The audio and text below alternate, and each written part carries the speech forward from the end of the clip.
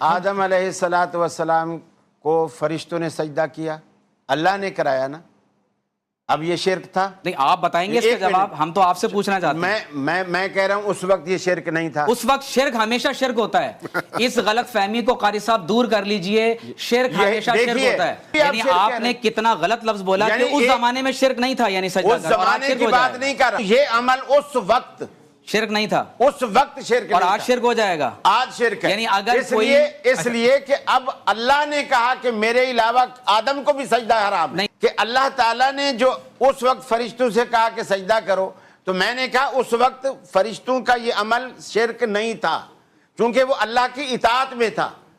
اب اگر کوئی کرے گا تو وہ اللہ کی نافرمانی میں ہے۔ سجدہ کرنا شرک ہے یا نہیں ہے؟ جب اللہ کہے تو شرک نہیں ہے۔ اچھا، یہ کیا بات ہوئی؟ عمل کے ساتھ سوال سن لیجئے کہ شرک ہمیشہ شرک ہوتا ہے یا نہیں ہوتا؟ ہمیشہ ہوتا ہے۔ تو اللہ تعالیٰ کے اذن سے بھی شرک ہوتا ہے کیا؟ اللہ تعالیٰ جو کہے وہی حق ہے، اللہ شرک کا حکم دیتا ہے، اللہ جو کہے، اللہ شرک کا حکم دیتا ہے، نعوذ باللہ من ذالک، استغفر اللہ۔ دیکھیں، شرک کے بارے میں یہ بات بہت اچھے طریقے سے سمجھنی چاہیے کہ شرک کا بنیادی مطلب یہی ہے کہ اللہ کی ذات میں، اللہ کی صفات میں کسی کو شریک کیا جائے۔ مثال کے طور پر ما فوق الاسباب، کوئی بھی امداد اگر آپ اللہ، ایک تو ہے نا، مثال کے طور پر کوئی آدمی آپ کے سامنے کھڑا، آپ اس کو کہتے ہیں مجھے پانی پلا دیں، ٹھیک ہے، یا آپ اس سے مدد مانگ رہے ہیں، لیکن یہ ایک سبب کے درجے میں، وہ آپ کے سامنے، آپ کو پتا ہے بھئی کوئی بھی آدمی ڈاکٹر ہے، وہ آپ کا علاج کرتا ہے، انجینئر نقشہ بناتا ہے، یہ سارے مسئلے مسائل لوگوں کے حل کر رہے ہوتے ہیں۔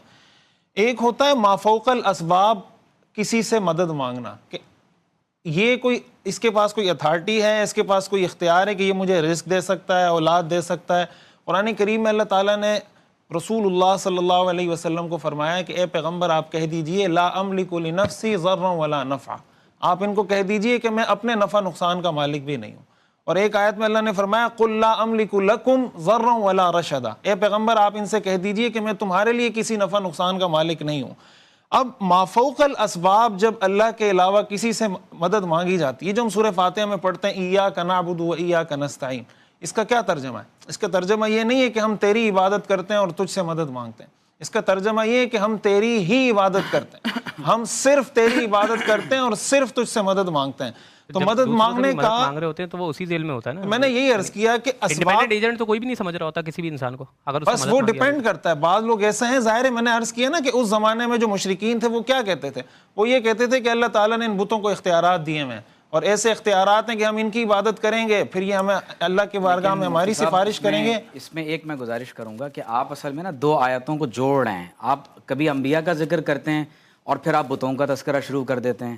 تو نبی جو بت پرستی سے بچانے والے ہیں، اور وہ بت جو نعوذ باللہ خدا کی طرف بلانے کے بجائے شرک کی طرف بلانے والے ہیں، ان دونوں آیات کو آپ الگ رکھ کے ڈسکرائب کریں۔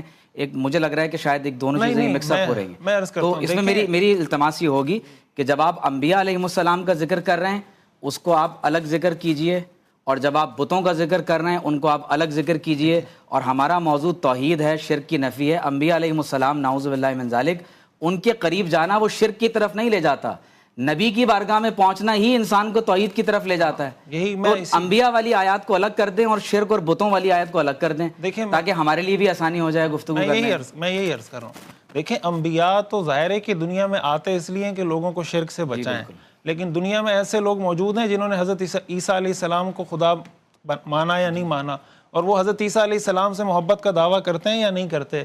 تو حضرت عیسیٰ علیہ السلام نے تو شرک سے روکا تھا، قرآن کریم میں آتا ہے نا قیامت کے دن اللہ حضرت عیسیٰ علیہ السلام سے پوچھیں گے کہ بھائی کیا تم نے ان کو حکم دیا تھا شرک کا؟ تو حضرت عیسیٰ علیہ السلام فرمائیں گے کہ آپ اپنے بندوں کو زیادہ جانتے ہیں، میں نے تو ان کو شرک کا حکم نہیں دیا۔ رسول اللہ صلی اللہ علیہ وسلم نے بھی یہی ارشاد فرمایا۔ اب ظاہر ہے کہ انبیاء تو دعوت توحید کی دیتے ہیں، بعض اوقات یہ ہوتا ہے کہ کوئی غلو میں آ کر اگر نبی کو وہ سٹیٹس دینا شروع کر دے جو اللہ کا ہے، جب جیسے عیسائیوں نے اللہ کا بیٹا بنایا، ثالث ثلاثہ کا جو ان کا عقیدہ ہے، یہی وہ چیز ہے رسول اللہ صلی اللہ علیہ وسلم نے جو ارشاد فرمایا کہ لا تطرونی کما اطرت النصارى المسیح ابن مریم، کہ میری تعریف میں ایسا مبالغہ مت کرو جیسا عیسائیوں نے حضرت عیسیٰ کی تعریف میں مبالغہ کیا، اور جب میرے بارے میں بات کہو تو کہا کرو عبداللہ و رسولہ، کہ میں اللہ کا بندہ ہوں اور اللہ کا رسول ہوں. تو مقصد یہ جو بتوں کا اور یہ جو تذکرہ کیا گیا وہ اس سینس میں کہ اگر کوئی پیغمبر کی عبادت کرتا ہے, اگر کوئی پیغمبر کو معبود سمجھتا ہے تو وہ بھی مشرک ہے, اگر کوئی کسی بت کو معبود سمجھتا ہے تو وہ بھی مشرک ہے. اس کا ہرگز معاذ اللہ یہ مطلب نہیں ہے کہ کسی پیغمبر نے معاذ اللہ پیغمبر تو آئے دنیا میں عقیدہ توحید کی دعوت دینے کے لیے ہیں, کوئی بھی اللہ رسول اکرم صلی اللہ علیہ وسلم کو عبادت کی حیثیت سے تو اس کا پس منظر ہے کہ اب اللہ کے علاوہ جس کو بھی معبود بنایا جائے گا وہ شرکی ہو. دیکھیے جو ابھی شرک اور توحید کے حوالے سے بات ہوئی, میں سمجھتا ہوں کہ اس میں دو چیزوں کی وضاحت ضروری ہے. آپ دیکھیے کہ قرآن مجید کی یہ آیت مبارکہ کہ الا لیقربونا الی اللہ زلفی, کہ جن بتوں کی نعوذ باللہ من ذالک مشرکین پوجا کر رہے تھے, انہوں نے قرآن مجید میں یہ بات رپورٹ کی گئی ہے کہ انہوں نے کہا کہ ہم ان کی عبادت صرف اس لیے کر رہے ہیں کہ یہ ہمیں اللہ تعالیٰ کے قریب کر دیں گے. تو اس کانٹیکسٹ میں جب ہم قرآن مجید کی یہ آیات مقدسہ جن میں نبی کریم صلی اللہ علیہ وآلہ وسلم کے بارے میں بھی اللہ تعالیٰ کا یہ فرمان کہ قل لا املک لنفسی نفعا ولا ضرا الا ما شاء اللہ, تو کائنات میں کوئی چیز ایسی نہیں ہے کہ جس کا انسان از خود مالک ہو جائے. کائنات کا کوئی فرد کسی کو ذاتی حیثیت میں نہ نفع پہنچا سکتا ہے اور نہ نقصان پہنچا سکتا ہے الا ما شاء اللہ. لیکن جب اللہ تبارک و تعالیٰ کا اذن ہو جاتا ہے تو پھر یقینی طور پر بندے ایک دوسرے کو نفع پہنچاتے ہیں. اس لیے قرآن مجید میں کہا گیا وَأَمَّا مَا يَنْفَعُ النَّاسِ فَيَمْكُثُ فِي الْأَرْضِ, کہ جو لوگوں کو نفع دیتا ہے, جو چیز لوگوں کے لیے نفع بخش ہوتی ہے وہ زمین میں قائم رہتی ہے. خیر الناس من ينفع الناس, تو ظاہر ہے کہ کائنات میں کوئی بھی شخص, جیسے میں بھی گفتگو کر رہا ہوں تو میں اس کا مالک نہیں ہوں, یہ قوت مجھے اللہ تبارک و تعالیٰ نے عطا فرمائی ہے. اب آپ دیکھیے کہ اللہ تعالیٰ خود حضرت سیدنا سلیمان علیہ السلام کے بارے میں فرماتا ہے کہ آپ نے دعا فرمائی کہ قال رب اغفر لی وہب لی ملکن, اے اللہ مجھے ایسی بادشاہت عطا فرما کہ لا ينبغی لاحد من بعدی, کہ میرے بعد ایسی بادشاہت کبھی کسی کو نصیب نہ ہو. اب آگے اللہ تعالیٰ کیا فرماتا ہے فَسَخَّرْنَا لَهُ الرِّيحَ تَجْرِي بِأَمْرِهِ, ہم نے ہواؤں کو سلیمان علیہ السلام کے تابع کر دیا, وہ ہوائیں ان کے حکم سے چلتی تھیں. اب یہاں مراد کیا ہے کہ وہ اللہ تعالیٰ نے ان کو عطا فرمایا, اور اسی لیے اس آیت میں آگے جا کر کیا کہا گیا هَذَا عَطَاؤُنَا, سلیمان علیہ السلام کو جو کچھ عطا ہو رہا ہے فرمایا یہ از خود اس کے مالک نہیں ہو گئے, یہ اللہ تعالیٰ کی طرف سے ان کو چیزیں عطا ہو رہی ہیں. فرمایا فَمْنُن, اب آپ چاہیں تو اس عطا میں جس پر احسان کریں اسے بھی عطا کر دیں, او امسک بغیر حساب, یا آپ اسے اپنے پاس روک کر رکھیں. قرآن مجید میں رسول اللہ صلی اللہ علیہ وسلم کے بارے میں, آپ ڈراپ کر دیں لائیو کال کو بھی, قرآن مجید میں رسول اللہ صلی اللہ علیہ وسلم کے بارے میں اللہ نے فرمایا وَلَوْ أَنَّهُمْ إِذْ ظَلَمُوا أَنفُسَهُمْ جَاءُوكَ, یا رسول اللہ صلی اللہ علیہ وسلم اگر یہ لوگ اپنی جانوں پر ظلم کر لیں تو آپ کی بارگاہ میں حاضر ہو جائیں. تو اللہ کے رسول صلی اللہ علیہ وسلم کا قرب ہی اللہ تعالیٰ کی بارگاہ تک انسان کو پہنچاتا ہے, اور اللہ تعالیٰ خود فرماتا ہے کہ اگر یہ اس کے بعد اللہ کی بارگاہ میں استغفار کریں اور آپ بھی ان کے لیے اللہ سے استغفار کریں تو لَوَجَدُ اللَّهَ تَوَّابًا رَحِيمًا. قرآن مجید میں کتنے ہی صیغے ہیں, وَمَا رَمَيْتَ إِذْ رَمَيْتَ وَلَكِنَّ اللَّهَ رَمَى, من یطع الرسول فقد اطاع اللہ. اور خود اللہ تعالیٰ آپ صلی اللہ علیہ وسلم کے بارے میں ارشاد فرماتا ہے کہ ان الذین یبایعونک انما یبایعون اللہ ید اللہ فوق ایدیہم. تو میرا خیال یہ ہے کہ بتوں کے ساتھ جب یہ آیات پڑھی جائیں کہ بت پرستی اس لیے کی جاتی ہے کہ اللہ کا قرب حاصل کر لیا جائے, اور ظاہر ہے کہ یہ مذموم ہے, شرک ہے, اللہ تعالیٰ اس کی نفی فرماتا ہے, اہل ایمان بھی اس کی نفی کرتے ہیں. لیکن اسی کانٹیکسٹ میں اگر آپ صلی اللہ علیہ وسلم کا ذکر کر دیا جائے تو میں یہ سمجھتا ہوں کہ یہ بات درست نہیں ہے, کیونکہ اللہ کا صرف نبی ہی نہیں, کائنات کا کوئی شخص اپنی ذاتی حیثیت میں کسی بھی چیز کا مالک ہونے کا نہ قائل ہے اور نہ ہی کوئی شخص اس کا عقیدہ ہونے کا دعویٰ کرتا ہے. مسلمانوں میں کوئی شخص بھی نبی کریم صلی اللہ علیہ وسلم کی عبادت نہیں کرتا, اور جو اللہ کے رسول کے قریب ہوتا ہے اسی کو اللہ کا قرب نصیب ہوتا ہے. ٹھیک ہے, دیکھیں میں اس میں بات عرض کروں, ایک لائیو کال لے لیتے ہیں پھر آپ کی طرف میری بات پر ہی مکمل ہونے دیں. اصل میں مجھے یہ سمجھ نہیں آ رہی کہ ڈاکٹر عمیر صاحب پتہ نہیں اس نقطے کو لے کے کیوں بار بار اس کو ریپیٹ کر رہے ہیں. واللہ مجھے نہیں پتہ یہ اسے کیا ثابت کرنا چاہ رہے ہیں. میں اپنی بات کی پہلے وضاحت کر چکا ہوں کہ ہم نے جس کانٹیکس میں بات کی تھی, اور اب یہ جو انہوں نے بات کی اس کی بھی میں وضاحت کروں. دیکھیں انبیاء کرام علیہم السلام, جیسے حضرت سلیمان علیہ السلام کا تذکرہ ہوا, تو انبیاء کے معجزات کا تو کوئی انکار نہیں کرتا. انبیاء کے معجزات کا ذکر حضرت موسیٰ علیہ السلام کا معجزہ, حضرت ابراہیم علیہ السلام کا, حضرت سلیمان علیہ, خود حضور علیہ السلام کے کئی معجزات ہیں. شق قمر کا معجزہ, اور قرآن کریم خود یہ معجزہ ہے. کئی معجزات کا صحیح احادیث کے اندر تذکرہ موجود ہے. تو معجزات کا اس پہ پہلے بھی بات ہوئی تھی کہ معجزات کا تو انکار کیا ہی نہیں جا سکتا. معجزات کا انکار قرآن کا انکار ہے, کرامات کا انکار قرآن کا انکار ہے. اصل بات سمجھنے کی یہ ہے، اگر کوئی آدمی مثال کے طور پر یہ عقیدہ رکھتا ہے، اصل سمجھنے کی بات یہ کہ کوئی کسی نبی کے بارے میں، کسی ولی کے بارے میں، اللہ کے کسی نیک بندے کے بارے میں یہ عقیدہ رکھتا ہے کہ اللہ نے اس ولی کو، اس نبی کو یہ اختیار دے دیا ہے کہ اب یہ جس کو اولاد دینا چاہے یہ اس کو اولاد دے دے گا۔ اب یہ بات تو ٹھیک ہے کہ اللہ کے انبیاء نے جو کام کیے وہ اللہ کے اختیار دینے سے ہی کیے، لیکن اب اگر اس کی بنیاد پہ کوئی یہ عقیدہ رکھتا ہے کہ اللہ نے مستقل یہ اختیار سونپ دیا ہے کسی ولی کو، کسی غوث کو، کسی پیغمبر کو، اب اولاد دینا اس کا کام ہے، رزق دینا اس کا کام ہے، عزت دینا، ذلت دینا اس کا کام ہے۔ اب اگر اس کو اس چیز سے جوڑا جائے کہ سلیمان علیہ السلام کے بارے میں آتا ہے کہ ان کے حکم سے ہوا چلتی تھی، ان کے حکم سے ہوا چلنے کا مطلب یہ ان کا معجزہ تھا، لیکن کیا کسی اور پیغمبر کے حکم سے بھی ہوا چلتی تھی؟ ایسی کوئی روایت شرک تو نہیں ہوا نا۔ دیکھیں عیسیٰ علیہ السلام نے مردوں کو زندہ کیا، میری بات مکمل ہونے دیں۔ محیی اور ممید کون ہے؟ اللہ تعالیٰ ہے۔ میری بات عیسیٰ علیہ السلام اللہ کے اذن سے مردہ زندہ کر رہے ہیں۔ میری بات مکمل ہونے دیں نا۔ اسی طرح تو مطلب جو معجزات ہیں، میں بار بار یہ بات عرض کر رہا ہوں کہ ایک ہے کہ اللہ تعالیٰ نے کسی معجزے کا، کسی کرامت کا ذکر کر دیا کہ ہم نے یہ معجزہ کسی کے ہاتھ سے ظاہر کیا، یہ بات جو کی جاتی ہے نا، اصل جو مسئلہ پیدا ہوتا ہے وہ اس سے پیدا ہوتا ہے کہ ہمارے ہاں بعض لوگوں کا، میں سب کی بات نہیں کر رہا، بعض ایسے لوگ موجود ہیں جن کے یہ خیالات ہیں، جن کے یہ عقائد ہیں کہ اللہ تعالیٰ نے یہ اختیارات فلاں ولی کو یا پیغمبر کو یا بزرگ کو یا کسی شیخ کو دے دیے، اب وہ لوگوں کو، اب وہ جا کے اس سے اولاد مانگ رہے ہیں، وہ جا کے اس سے جناب عزت ذلت مانگ رہے ہیں، قبروں پہ جا کے سجدے کر رہے ہیں۔ ویسے ایک سوال، لائٹر موڈ میں ایک سوال ہے، اگر اللہ یہ اختیار کہ بارش برسانی ہے کسی فرشتے کو دے دے تو شرک ہو جائے گا؟ نہیں، اللہ نے دے دیے تو ہمیں کوئی انکار نہیں ہے، شرک ہو جائے گا؟ مگر اس کے لیے دلیل، میرا کوشچن ہے کیا شرک ہو جائے گا؟ میں یہی عرض کر رہا ہوں، وہ اختیار اللہ نے فرشتوں کو دیا تو اس کا ذکر اللہ نے قرآن میں کر دیا۔ دینے سے کیا شرک ہو جاتا ہے؟ اچھا اس کے باوجود میری بات فورس رہی، اللہ کے نوکر بن کے تو کیا شرک ہو جاتا ہے؟ سوال یہ کرنا ہے، دیکھیں قاری صاحب سوال یہ کیا شرک ہو جائے گا؟ یہ تو عین توحید ہے۔ اس اختیار اگر کسی نبی کو بھی دے دے تو اس سے بھی شرک اگر نہیں دے ہوتا، وہ دے بھی تو توحید ٹھیک ہے، لیکن اگر کہیں سے ثابت ہو کہ اللہ نے یہ اختیار کسی کو دے دیا تو کوئی ایشو نہیں ہے۔ آپ ثابت کرنا چاہ رہے ہیں اللہ کے حکم کو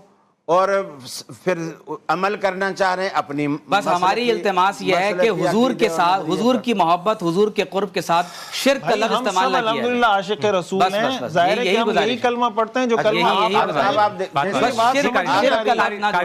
آدم علیہ السلام کو فرشتوں نے سجدہ کیا، اللہ نے کرایا نا، اب یہ شرک تھا؟ نہیں، آپ بتائیں گے اس کا جواب، ہم تو آپ سے پوچھنا چاہتے ہیں۔ میں کہہ رہا ہوں اس وقت یہ شرک نہیں تھا۔ اس وقت شرک ہمیشہ شرک ہوتا ہے، اس غلط فہمی کو قاری صاحب دور کر لیجئے، شرک ہمیشہ شرک ہوتا ہے۔